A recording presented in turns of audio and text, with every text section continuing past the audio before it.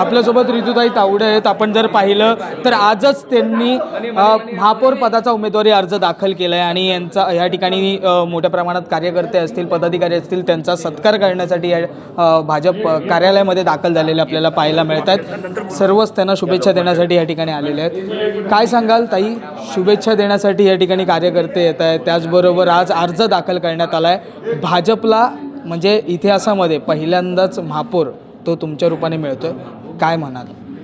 साधारण 44 वर्षानंतर भारतीय जनता पक्षाला या ठिकाणी महापौर बसवण्याचं सौभाग्य मिळालेलं आहे. मुंबईकरांच्या कौल आमच्या भारतीय जनता पक्षाला दिलेला आहे मुंबईकरांनी, आणि या ठिकाणी जो बसण्याचा मान मला या ठिकाणी मिळाला आहे त्याबद्दल मी भारतीय जनता पक्ष आणि त्या वरिष्ठांचे शतशः आभारी आहे. पण ह्या महापौर पदाबरोबरच मला माझ्या पूर्ण कामाचीही जाणीव आहे, तर त्यामुळे महापौरपेक्षा मी या ठिकाणी सेवक म्हणून मुंबईकरांचं काम करेल. अगदी मोठं वक्तव्य केलं. एक सेवक म्हणून मुंबईकरांचं काम कराल, परंतु आपण जर पाहिलं तुम्ही एक महिला आहात, महिला म्हणून तुम्हाला काय वाटतं मुंबई महापालिकेमध्ये किंवा मुंबईतील अनेक प्रश्न ज्या महिलांना उद्भवतात, तुम्ही महिलांसाठी काय करू शकाल? महिला ही खूप मोठी मातृशक्ती आहे. महिला घर सांभाळते, महिला समाज सांभाळते, त्यामुळे महिला ही खूप स्ट्रॉंग आहे, ही खूप शक्तिशाली आहे, म्हणून तिला देवीचं स्वरूप म्हटलं जातं. तर या ठिकाणी सर्वसाधारण महिला हे रिझर्वेशन आलं आणि अर्थात मला या ठिकाणी माझी पक्षाच्या माध्यमातून निवड झालेली आहे. महिलांसाठी मी सुरक्षित, माझी महिला कशी राहील, तिचं आरोग्य कसं जपलं जाईल, मुलांचं आरोग्य कसं जपलं जाईल, सगळी रुग्णालयं व्यवस्थित आहेत का, त्यांना सगळ्या सुखसुविधा मिळतात काय, त्याकडे मी लक्ष देईन.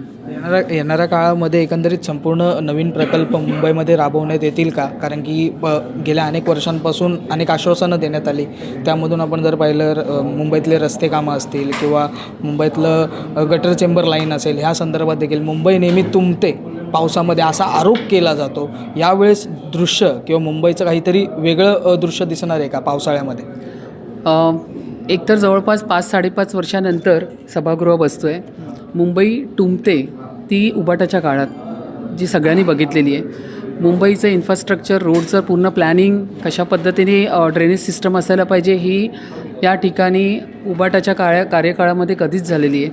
आता राहिला प्रश्न आमचा 2014 नंतर आमच्या देवेंद्रजींनी, आमचे मुख्यमंत्री देवाभाऊनी या ठिकाणी इन्फ्रा मॅन म्हणून त्यांची ओळख आहे. पूर्ण मुंबईची मेट्रो पूर्ण प्लॅनिंग असेल किंवा कोस्टल रोड असतील किंवा कॉन्क्रीटचे रस्ते, हे सगळी कामं देवेंद्रजींनी हातामध्ये घेतलेली आहे.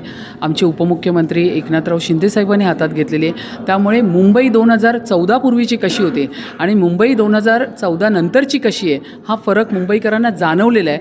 आणि म्हणूनच या इलेक्शनमध्ये इतक्या मोठ्या संख्येने मुंबईकरांनी महायुतीला मतदान केलेलं आहे. नाही, एकंदरीत महायुतीला समर्थन देण्यात आलेलंच आहे. परंतु आत्ता ज्या पद्धतीने संपूर्णतः तुम्ही अर्ज दाखल केल्यानंतर मातोश्रीवर बैठक बोलवण्यात आली, कदाचित उद्धव ठाकरे देखील तुमच्या विरोधात उमेदवार देणार आहेत असं समजून पक्षाचा विषय त्यांनी करावं ते. पण प्रत्येक पक्षाला त्याचे अधिकार आहेत. काही राजकीय खेळी विरोधक खेळी असेल ते आम्ही बघून घेऊ पुढे, त्यामुळे काहीच विषय नाही. एक शेवटचा प्रश्न एक नक्कीच आपण जर पाहिलं तर आपल्यासोबत या ठिकाणी ऋतुताई तावडे होत्या. मुंबईत महापौर पदाचा अर्ज दाखल केल्यानंतर त्या आपल्यासोबत संवाद साधत होत्या. एकंदरीत मुंबईत कशा पद्धतीने काम करू आणि मुंबईत स्वच्छ करू, त्याचबरोबर मुंबई ही पावसाळ्यामध्ये नेहमी तुंबते, ती यंदा तुंबणार नाही असं त्यांचा विश्वास जो आहे तो त्यांनी व्यक्त केलेला आपल्याला पाहायला मिळतो आहे.